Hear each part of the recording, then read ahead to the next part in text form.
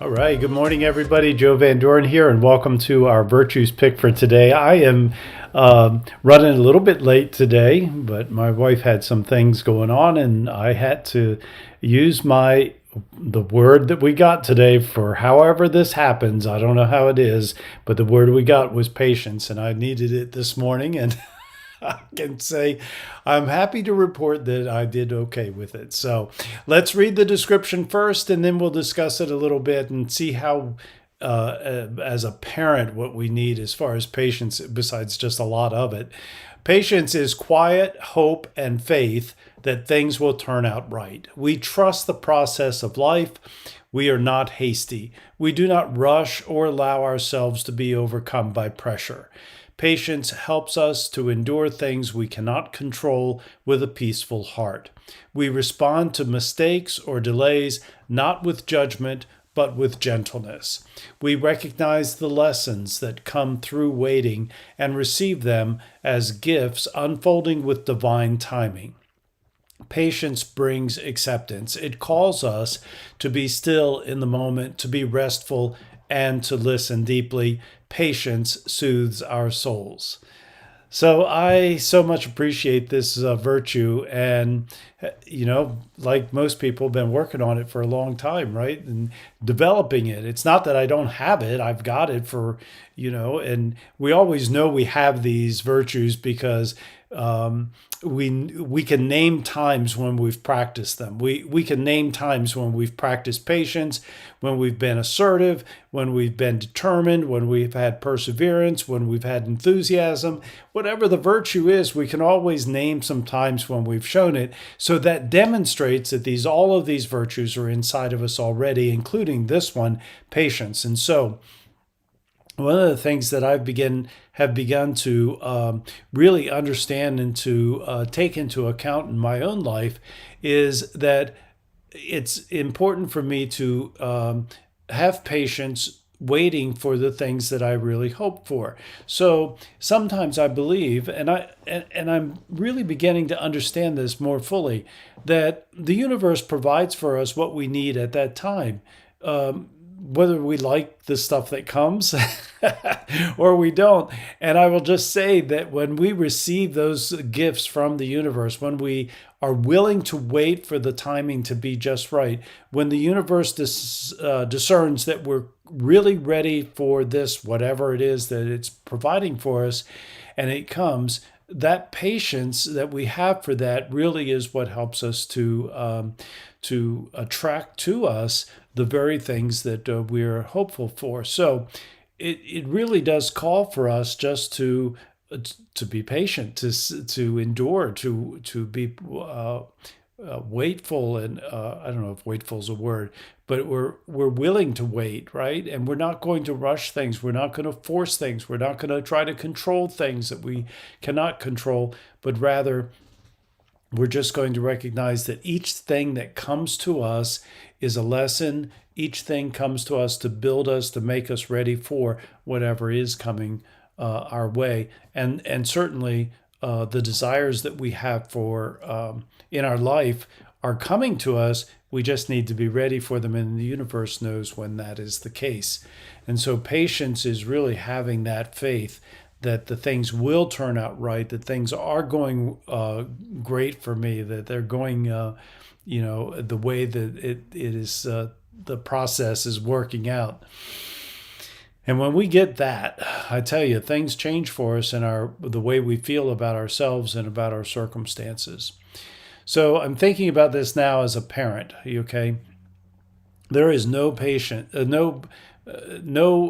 group of people, I would say, that need more patience than parents, because we are so hopeful and we have so much desire for an emotional connection to our children, and desires for our children to be happy and successful, and for them to grow up to be responsible, respectful humans that are serving and being able to contribute to society as a whole, as well as finding their own happiness.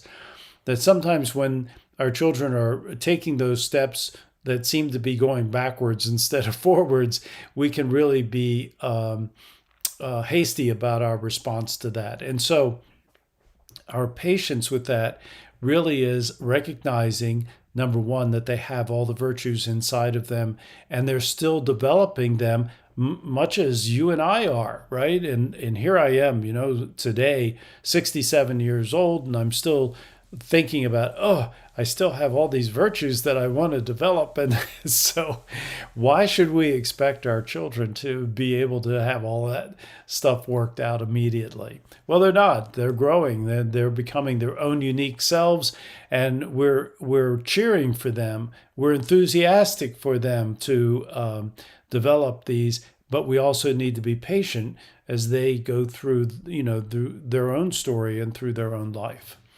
And so how do we teach that patience then is the next question. Well, first of all, getting it ourselves, right? Being patient, being willing to recognize that we can't and we're not going to, nor do we want to control absolutely everything that our children do. They are unique individuals with their own personalities, temperaments, talents, gifts, all of those things that wrap up to be who they are.